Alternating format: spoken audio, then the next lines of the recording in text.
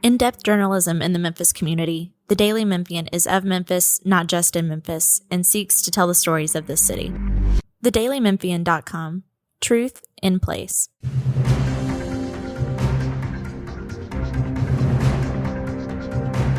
I'm Bill Dries with the Daily Memphian. This is one in a series of podcast interviews for our stories marking 50 years since the start of Plan Z busing for the racial integration of what was then Memphis City Schools. We are joined by Marcus Pohlmann, retired professor emeritus of political science at Rhodes College. He is the co-author with Michael Kirby of Racial Politics at the Crossroads. Memphis elects Dr. W.W. Harrington. In 2008, he wrote Opportunity Lost, Race and Poverty in the Memphis City Schools, which is what we are here today to talk about. So first off, when you talk about opportunity lost, tell me what you're talking about in the book. It's interesting that you asked that because they required all the teachers in the Memphis City Schools to read it, and that was the first question they always ask me is, what did the title actually mean? It was suggested by the publisher, and I think it has several meanings. But for me, the primary meaning of opportunity lost is that for many of the children in Memphis City Schools, the system is simply not serving them effectively. In other words, too many children are advancing through the system without achieving adequate proficiency, and in the end, either graduating or not graduating without sufficient academic skills. So I think it's an opportunity that the school system has lost to fully educate all of its children. And that would be my interpretation. I think there are other legitimate ones, but that was, in my mind, what I was thinking. And does the look at that moment in time or that passing of time, does that also include what happened with Plan A and then Plan Z? It does. And at the time that I did the research, all of that was in the books, and I was looking at the resultant white flight to the county system.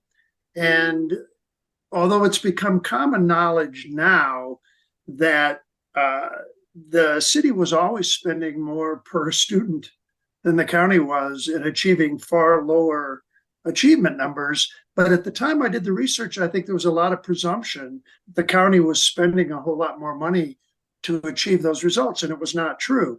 And because of that, it got me thinking, is it just the school buildings and the teachers, or are there deeper problems, many of which may affect these children before they ever even walk into the kindergarten classroom?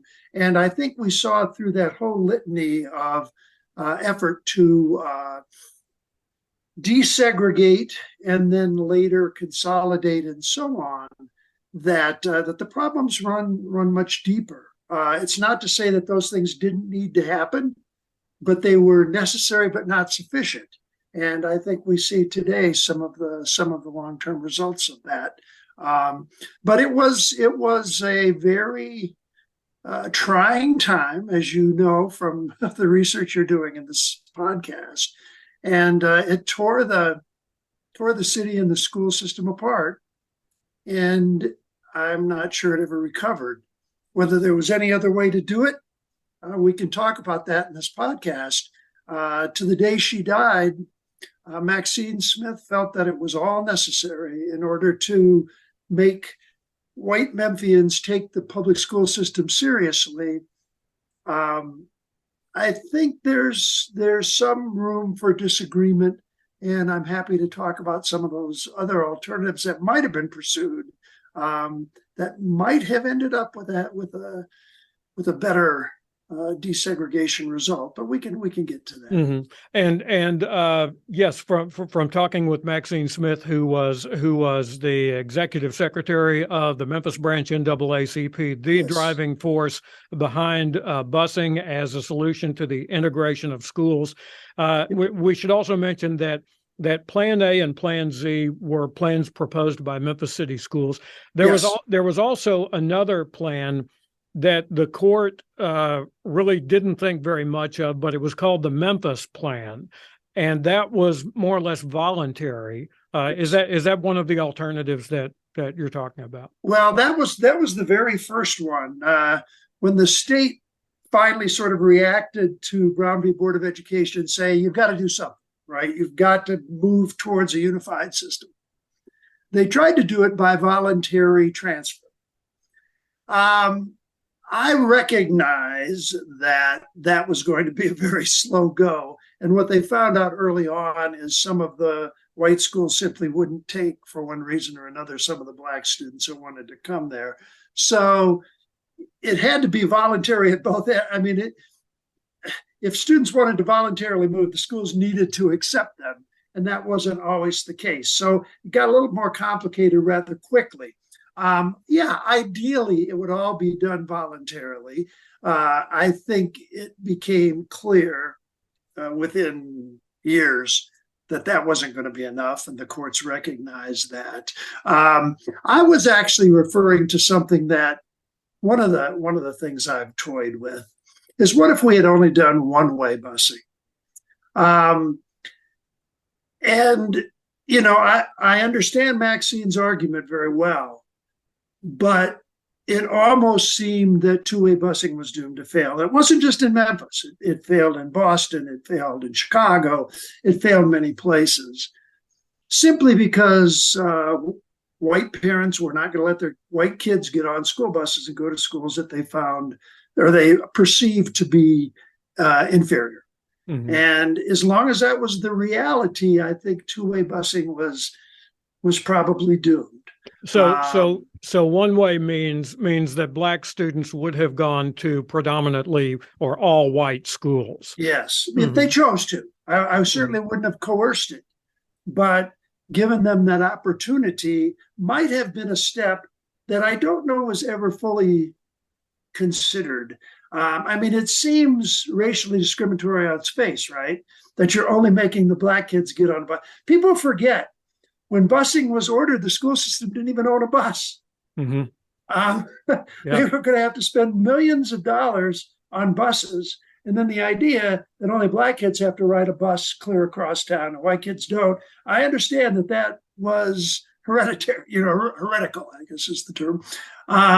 But looking back now with hindsight being 2020, by the 70s, those white schools might have been willing to accept a certain number of black students in a way that they were never going to accept their white students going to schools on the west side of town. Mm-hmm. Just, I think that's the sad reality of part of it. Well, and while you talk about one-way busing, the truth is, while there were many experiences that we're exploring in the series among the students who did that, and there were some white children who did get on the buses whose parents felt very strongly, the majority of the children who participated in busing were black children. They were. Mm-hmm. That's true. And so de facto, that kind of ended up being what happened. The end result even of that wasn't sufficient enough desegregation to please federal courts at that time. So I think the problem there is that the schools that they left behind to go to the white schools remained entirely black or virtually all black, and so you were somewhat desegregating some of the white schools and not really touching the black schools, and the courts had problems with that. Mm-hmm. As the schools changed in that manner, it kind of brought up the whole discussion that I think Judge McCrae alluded to at one point in the ruling, and that was what was driving the segregation. Was real estate driving the desegregation, or were the schools driving racial segregation in real estate? And I think there's a third one in there too, but let's address yours first. Okay. That's the classic old legal distinction between de jure and de facto segregation, right? Are people living in predominantly heterogeneous communities because they choose to? or because they have to, and particularly because they have to by law, which would be de jure discrimination or segregation.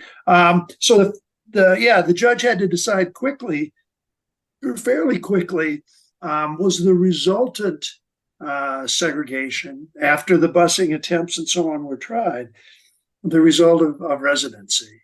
And that gets to one of the deeper questions, and that is, was the residency all voluntary? When I came to Memphis in the mid-'80s, we had students that, as part of various projects, worked on paired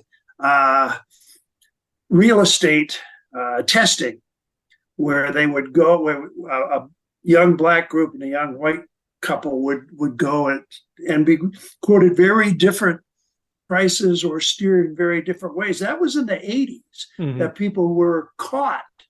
And I won't name one of the local major real estate companies was caught steering, as it was called. And so, the question that you raised goes deeper, and that is, why is there the residential segregation in the first place? But the courts had to deal with the school result of that, and they had to wrestle with that question. What I was going to add is a third dimension, which is socioeconomics. One of the things we came to find as in the aftermath of Plan Z, when we had quote unquote white flight, we also had Black flight, and that sort of flew under the radar. You moved to communities like Germantown and Cordova. You had a significant number of middle and upper class Black people that had moved there in part to send their children to county schools. And given that reality, some of the segregation we saw in the schools was, I think, not just race, but also class. And that's why in the title of the book, I say race and poverty in the Memphis City Schools, because you had middle-class Black families moving away from what they perceived to be poorer Black communities and predominantly Black schools. So it gets complicated quickly, but the end result for those children left behind in those lower income, predominantly minority schools was tragic. I mean, that's the opportunity lost, I think, as much as anything. I do think the title, and I don't know if we're going to get into this or not, the title also applies, I think, to the opportunity we lost when school consolidation nearly occurred in the 2010 to 2015 period. And I don't know if you want to talk about that or not. Yes. And in fact, because one of our other interviews in this series is with Roderick Richmond, who is with Memphis-Shelby County Schools. And he mentioned that he, as an adjunct professor at several colleges and universities here, he teaches from opportunity lost, your book. And, appreciate that. and he led the team that went into the one school year that we had a single combined public school system here. And he talked about that too being an opportunity lost. And for him, it was especially poignant because he was among the children who were bused in the 1970s. So I think that is, to what degree did busing influence the behavior that we saw from a different generation of parents who in some cases were the children on those buses. Yes. And you saw that in all three. I talk about 3 votes for consolidation. 2 of them were direct votes, and then the decision to pull away and create the metro schools. I consider those all consolidation votes. And you have to believe that some of the turmoil in the history that we were talking about contributed to a kind of closed-mindedness about whether you could ever have an effective consolidation and not, destroy the existing or the old legacy county school system and somehow drag those children into a failing system, or whatever mindset drove people in those years. I lived through that. I was in Memphis through all of that, and involved in some of those discussions.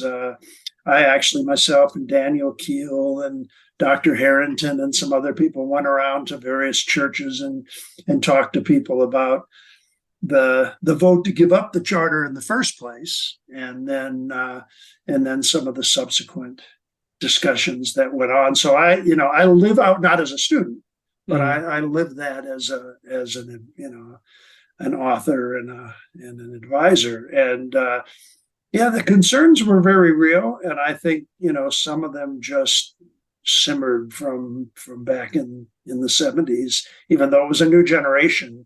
I lived in Cordova at the time, and they just would not, not just talking about Cordova, Germantown, Bartlett, whatever, just wouldn't consider it. Just did not seem to ever get off the ground.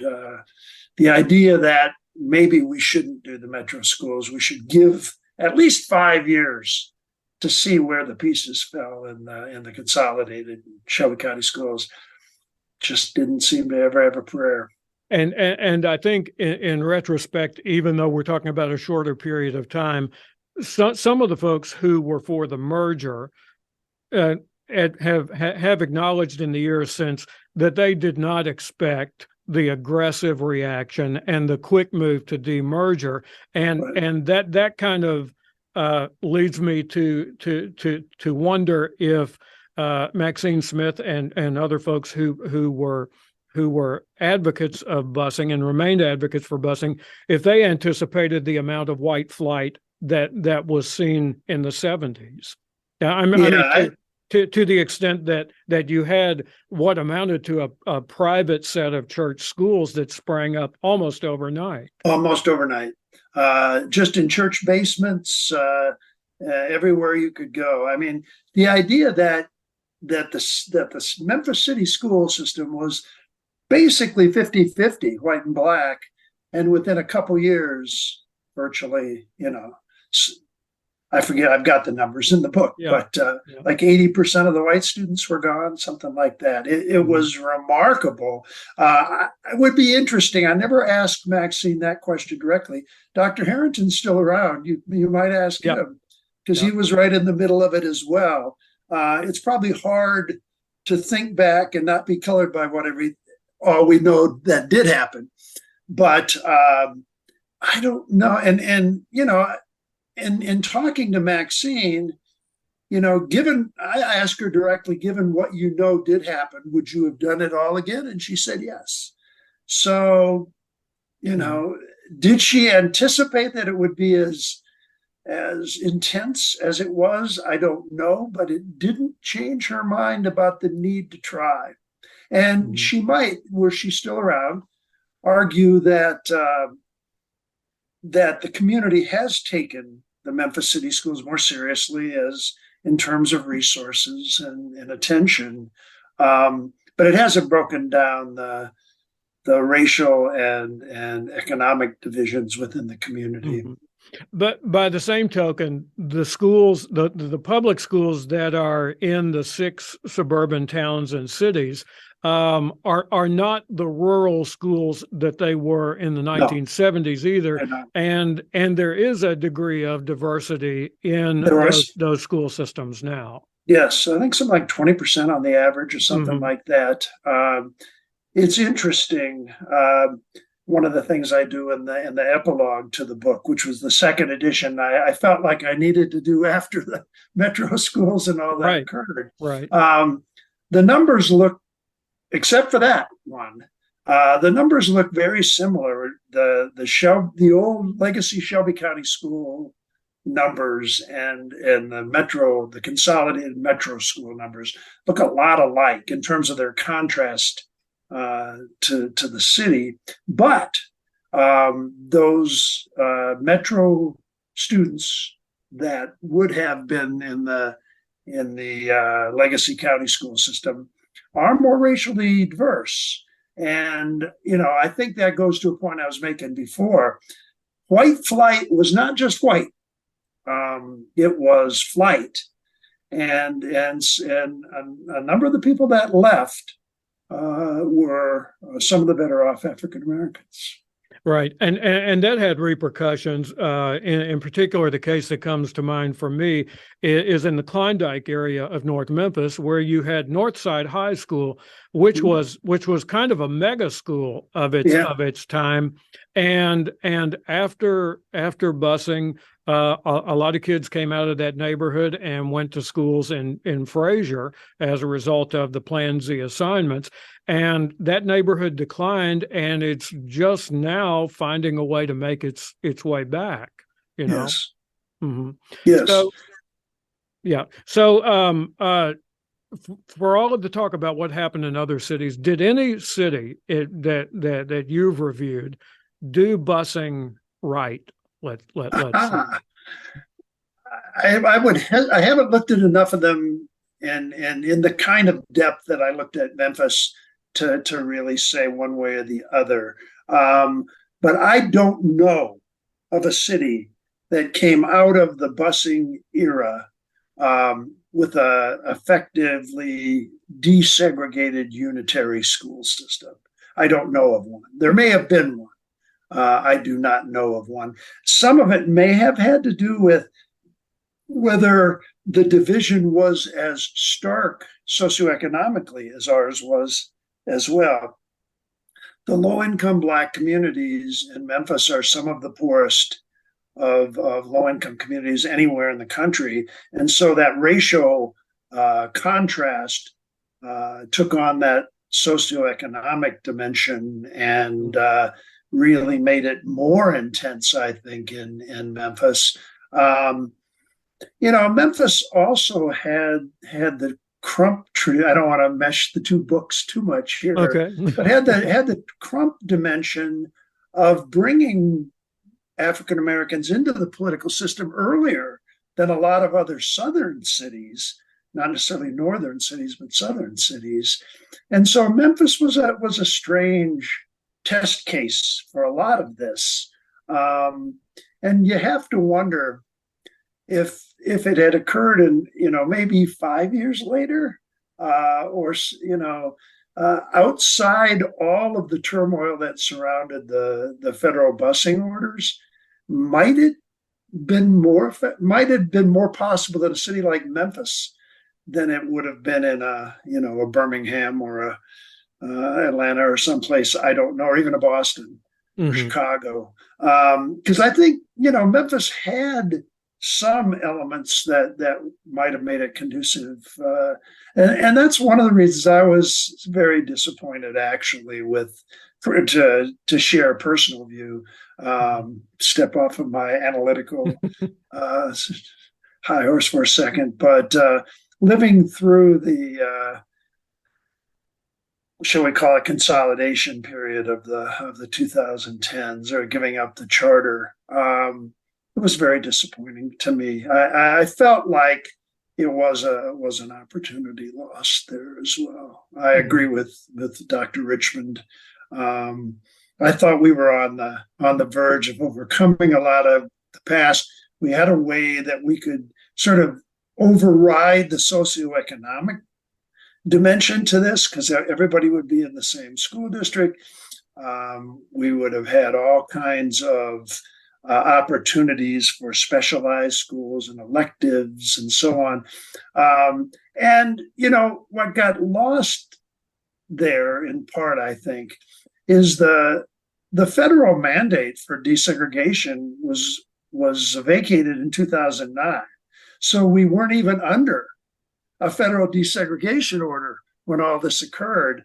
The chances of there being any busing mandatory, I'm not sure the federal courts would have allowed mandatory busing by race at that stage without an order and so on. So, that as you mentioned before, that history crept into people's minds, I think, at the time, and we did lose an opportunity.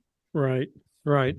A final point, and that is we've talked a lot about the broad strokes of what this was meant to do system-wide, what this was meant to do for the city.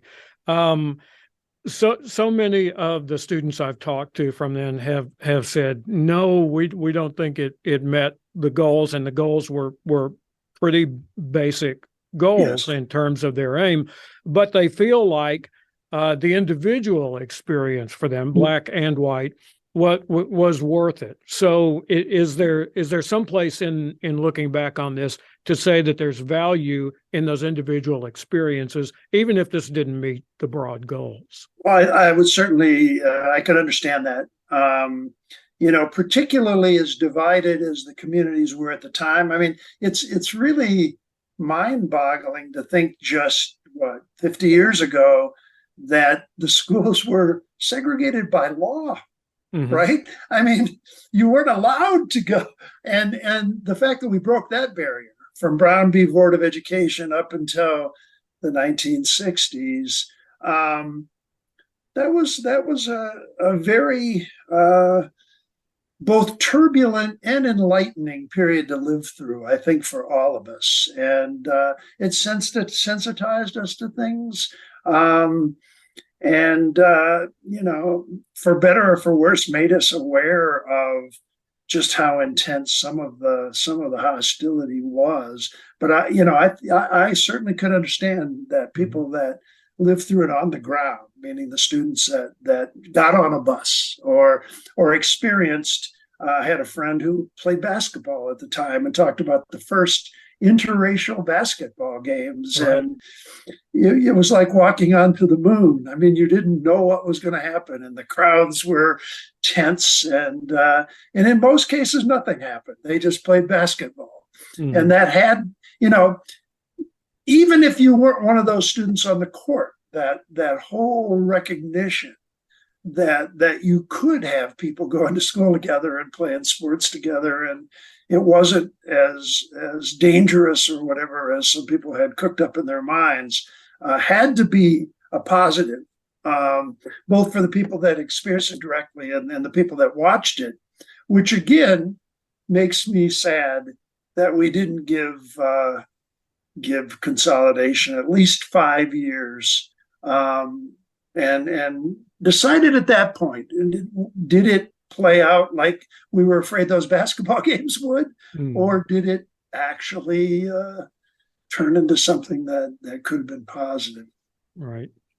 That's where we will leave the conversation for now. We have been talking with Marcus Pohlmann, author of Opportunity Lost, Race and Poverty in Memphis. As you heard, there's a first edition and a second edition for those of you who want to look at just the busing experience and then look at busing experience through the lens of what happened with the school's merger and demerger here just about 10 years ago, as it turns out.